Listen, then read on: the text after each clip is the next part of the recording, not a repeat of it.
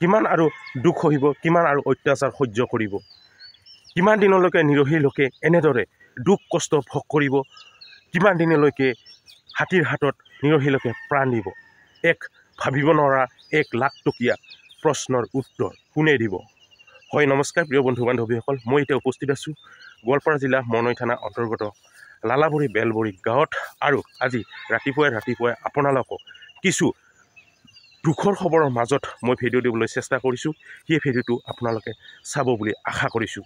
তেতিয়াহ'লে বলকচোন বন্ধু বান্ধৱী, ভিডিঅ'টো আৰম্ভ কৰোঁ। বন্ধু বান্ধৱীসকল, মই এতিয়া আহি উপস্থিত হৈছোঁ বেলবৰী গাঁৱত আৰু আপোনালোকক কিছু মনত পেলাই দিবলৈ মই চেষ্টা কৰিম। যোৱা 21 ফেব্ৰুৱাৰী তাৰিখে যি হৃদয় বিদাৰক এক মৰ্মান্তিক ঘটনা হৈছিল বেলবৰী গাঁৱত, আৰু বেলবৰী গাঁৱৰ নিবাসী আছিল মন্টুৰাম ৰাভা। আৰু মন্টুৰাম ৰাভাই যি বনৰীয়া হাতীৰ হাতত প্ৰাণ গৈছিল, সেই মন্টুৰাম ৰাভাৰ পত্নী আৰু ল'ৰাৰ ঘৰ আজি বনৰীয়া দুটা হাতীয়ে আহি অতৰ্কিতে আহি ঘৰ দুৱাৰ ভাঙি টচ বচ কৰি পেলাই আপোনালোকক কিছু দুখৰ ছবি মই দেখুৱাই গৈ থাকিম। স্বামীহাৰা আৰু পিতৃহাৰা যি পুত্ৰ আৰু পত্নী আছে, তেওঁলোকৰ 3 মাহ নহওঁতে দুখ গুচি নোযোৱাতে আৰু বনৰীয়া হাতীয়ে তেওঁলোকক ইমান নিৰ্দয়ভাৱে অত্যাচাৰ কৰি আছে। এক দুখ লগা ছবি, এক হৃদয় বিদাৰক ঘটনা বুলি ক'ব লাগিব। কাৰণ তেওঁলোকৰ যি স্বামী আৰু পিতৃ মৰা 3 মাহ হোৱাই নাই, তাতে আৰু বনৰীয়া হাতীয়ে ইমান নিৰ্দয়ভাৱে সিহঁতক অত্যাচাৰ কৰি আছে। বন্ধু বান্ধৱীসকল, মই ইহঁতৰ ঘৰত প্ৰৱেশ কৰিবলৈ চেষ্টা কৰিছোঁ আৰু আপোনালোকে দেখিবলৈ পাইছে এইবোৰ মানুহ, এইবোৰ হ'ল গাঁৱৰে মানুহ। তেওঁলোকৰ খবৰ ল'বলৈ আহিছিল, দুখৰ ছবি চাবলৈ আহিছিল। তো আপোনালোকক মই দুখৰ ছবি দেখুৱাম। মই আহি চোতাল পাৰোঁ আৰু এইজন ল'ৰা আৰু বনৰীয়া হাতীয়ে এই পিছফালেদি উঠিছিল, কেনেদৰে উঠিছে আপোনালোকক মই দেখুৱাবলৈ চেষ্টা কৰিছোঁ।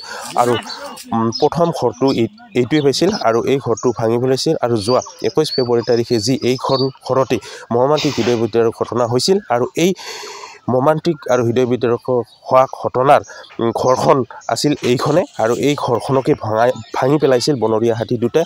আৰু আজি নিশা আহি বনৰীয়া হাতী দুটাই এই ঘৰখন সম্পূৰ্ণভাৱে ভাঙি পেলাই। এয়া চাওক দুখ লগা ছবি আপোনালোকক মই দেখুৱাই গৈ আছোঁ।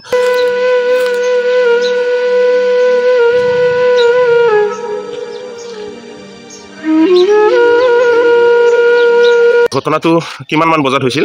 এটা 10 মানত হৈছিলে। আমি শুই আছিলোঁ, সাৰি পোৱা নাছিলোঁ। তেতিয়া হাঙাটো ভাঙি কিনে আকৌ পেকেট কৰি বাজি শুনা পালে মায়ে, তাৰপিছত মোক মাতি দিলে, কৈছে হাতী আহিছে বাবা উঠ। উঠিলোঁ আমি, তাৰপিছত ওলাব পাৰিলোঁ। তাৰপিছত আকৌ গোটেই ঘৰখিনিতো ভাঙি দিলে। সেইখিনিয়ে আছিলে। কেইটামান হ'ব হাতী? দুটাই আছিলে হাতী। দুটা আছিল। আগতে যিটো ঘটনা কৰিছিল চাগে সেই দুটা হাতীয়ে হ'ব আপোনালোকৰ সন্দেহ মতে? আৰু সেইখিনি টাইমতে হৈছিলে বাবা ঘটনাটো, তেতিয়াও সেইখিনি টাইমতে আহিছিলে। দুটা হাতী আছিলে, সৰুটো আছিলে এটা ডাঙৰে, বহুত ডাঙৰে হয়, 10 মাইলিও নাযায়। তহঁতে ঘৰৰ পৰা ওলাই পলাব পাৰিছে আৰু কোনোমতে ওলাই পাৰিছে। ঘটনা হৈ থকা সময়ত বনকৰ্মীসকলক ফোনযোগে মাতা হয়। তেওঁলোকে ঘটনাস্থলত আহি উপস্থিত হয় আৰু তেওঁলোকৰ সহযোগত হাতী দুটাক খেদি পঠাবলৈ সক্ষম হয় গাইজ।